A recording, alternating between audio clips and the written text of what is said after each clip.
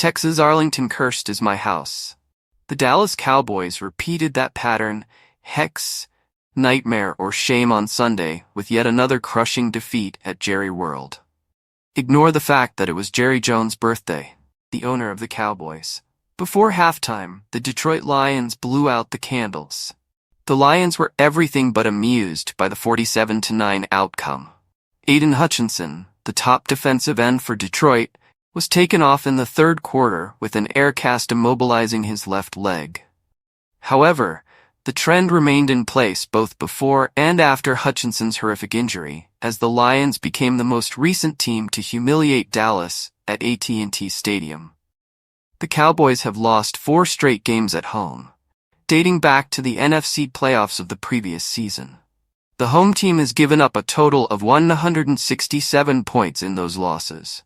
Even worse, they rarely engage in physical conflict.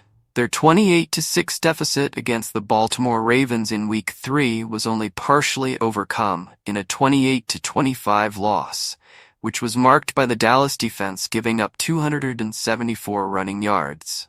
They were destroyed 44-19 in Week 2 by the New Orleans Saints, who scored touchdowns on their first 6 possessions. The Green Bay Packers started the first round of the NFC playoffs in January with 5 consecutive touchdowns, setting up a 48-32 victory. On Sunday, there was no touchdown for the Cowboys, 3-3 to score.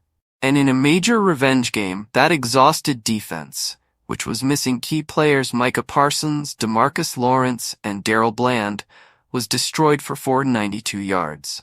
It's funny, but the Cowboys' last victory at Jerry World came against the Lions, 4-1.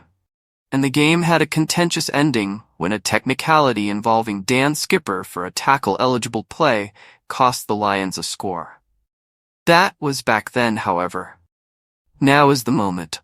With Jared Goff passing for 315 yards and 3 touchdowns, David Montgomery rushing for 80 yards and 2 touchdowns, and safety Brian Branch snaring 2 interceptions from Dak Prescott, the Lions exacted some retribution.